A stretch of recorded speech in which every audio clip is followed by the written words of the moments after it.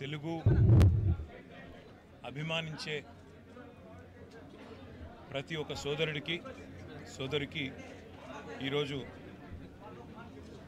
జరిగిన నష్టం సామాన్యమైనది కాదు. ఎందుకంటే తెలుగు పత్రికా రంగంలో, తెలుగు ప్రసార మాధ్యమాల్లో ఒక విప్లవాత్మకమైన మార్పుకు బీజం వేసిన మహానుభావుడు గౌరవనీయులు శ్రీ చెరుకూరి రామోజీరావు గారు. ఆయన ఈనాడు అనే పత్రిక స్థాపించిన తర్వాత తదనంతరం ఈటీవీ ద్వారా మళ్ళీ ప్రసార మాధ్యమాల్లో ఎలక్ట్రానిక్ మీడియా యుగంలో కూడా తనదైన ముద్ర, ఒక ప్రొఫెషనలిజంతో, ఒక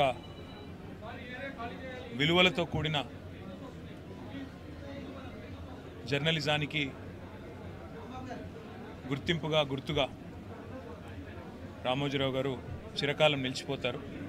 తెలుగు భాషని ఆయన అభిమానించిన విధానం, తెలుగు భాష అభివృద్ధి కోసం ఆయన తపన, అదేవిధంగా ఎల్లవేళలా రాష్ట్రం బాగుండాలి, దేశం బాగుండాలి అంటూ తనదైన శైలిలో ఎప్పుడు కలిసినా చిరునవ్వుతో భారతదేశం గురించి, అదేవిధంగా తెలుగువారు ఎక్కడున్న తెలుగువారి గురించి, తెలంగాణ గురించి, ఆంధ్రప్రదేశ్ గురించి మాతో ఎన్నో సందర్భాల్లో గొప్పగా చాలా విషయాలు, గతం గురించి, భవిష్యత్తు ఎలా ఉండాలనే దాని గురించి కూడా చాలా గొప్పగా చెప్పిన మహానుభావుడు రామోజీరావు గారు.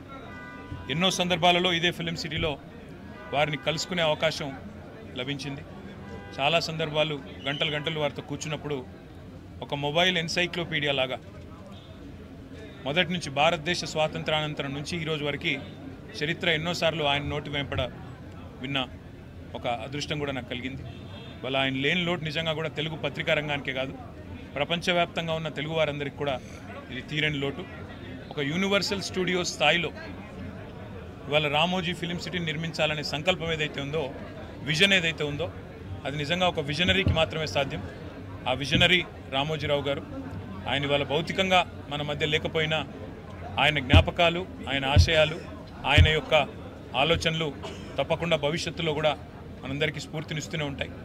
వారి ఆత్మకు శాంతి చేకూరాలని, వారు తప్పకుండా ఏదైతే తెలుగు భాషాభివృద్ధి కోసం, తెలుగువారి అభివృద్ధి కోసం తపన పడ్డారో, తెలుగు జాతి తప్పకుండా ఉన్నంతకాలం ఆయనను తప్పకుండా గుర్తుపెట్టుకుంటారని చెప్పి కూడా తెలియజేస్తూ, వారి కుటుంబ సభ్యులకి, అదేవిధంగా వారి అభిమానులకి, వారి బంధుమిత్రులకి అందరికీ కూడా పేరు పేరున మా పార్టీ తరపున ప్రగాఢమైన సానుభూతిని కూడా తెలియజేస్తూ వారి ఆత్మకు శాంతి చేకూరాలని మనస్ఫూర్తిగా ప్రార్థిస్తాం.